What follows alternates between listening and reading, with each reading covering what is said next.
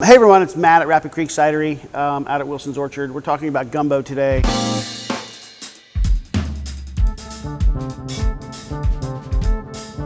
It's a big history, so we can't cover it all here. Gumbo is pretty ubiquitous in the southern half of Louisiana. The origins are kind of a mixed bag, just like gumbo itself. Some of the origins include West African slave trade coming into the New Orleans port, bringing their Combo, K-O-M-B-O is the word that I've seen. And then from there it gets influenced by the Spanish population that's there, the Caribbean population, even the Italian, Sicilian population is there. And so all that becomes its own thing, and everybody has their own way of doing it. And they're all delicious. And my wife's family is Cajun.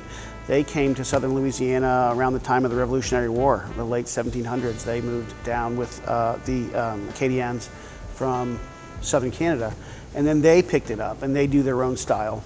Generally, a lot of the gumbos in New Orleans are more Creole in nature, going to be a little thicker, usually have some kind of tomato product in there, like chopped tomatoes or tomato puree. The Cajun gumbos are definitely more brothy and more of a soup. And of course, near the coast, you're going to have more shrimp and crab gumbos. A little inland, you'll have more chicken and game. The Cajuns and the French influence, a lot of homemade sausages. The Cajuns are known for as being hunters and fishers and traders, and they would make sausage and smoke it. That's the andouille, the classic andouille. So it really is a mixed bag of styles and flavors that kind of made this really iconic Southern Louisiana dish. You're always going to make a roux. That's kind of classic. With lighter dishes like a shrimp or a crab, you might make a little lighter roux, but for andouille and chicken and duck, say, you're gonna make a really dark roux, and that's part of the practice, part of the real hard part about it is getting that roux just right. So that's oil or butter and flour. You're gonna do it real low and slow in a big pot, stirring constantly so you don't get the bottom burned. And you know, with a seafood gumbo, you can go a little lighter. They talk about the different stages. There's a popcorn stage of color. There's a peanut butter stage in terms of it gets darker. It actually starts smelling like that a little bit as well. Then you go into milk chocolate and a dark chocolate phase. There's even something called a black roux, which is really hard to get. It's a really fine line between burnt and delicious. So you get that going. That might take a half hour. My wife's family from southern Louisiana, they have different ways of doing it. Down there you can even buy a roux ready to go in the grocery stores. I've seen people do a roux where they take the flour and put it on a sheet pan and bake it in the oven. And then mix it with the oil right away. And then you're gonna mix in your vegetables. So you've got the holy trinity, it's celery, bell pepper, and onion. Wilt that down in the roux for a while. It's really, really hot, so be careful when you're stirring it, of course. Then a lot of garlic, chopped garlic, and then your spices. Fairly simple, black pepper, cayenne. There's a little bit of a Sicilian influence in some gumbos in New Orleans, which is more of a Creole gumbo down there and less of a Cajun gumbo. The difference very broadly would be that the Creole gumbos are generally going to be a little thicker and have tomato.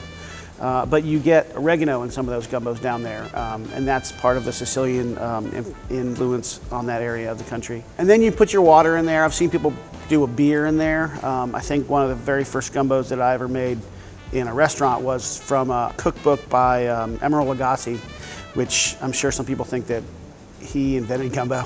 But you do a beer, like a dark beer in there to start. And then your stock or your water, and you just simmer it for a long time, 2, 3, 4 hours. If you're gonna do a seafood gumbo, the seafood would go in late.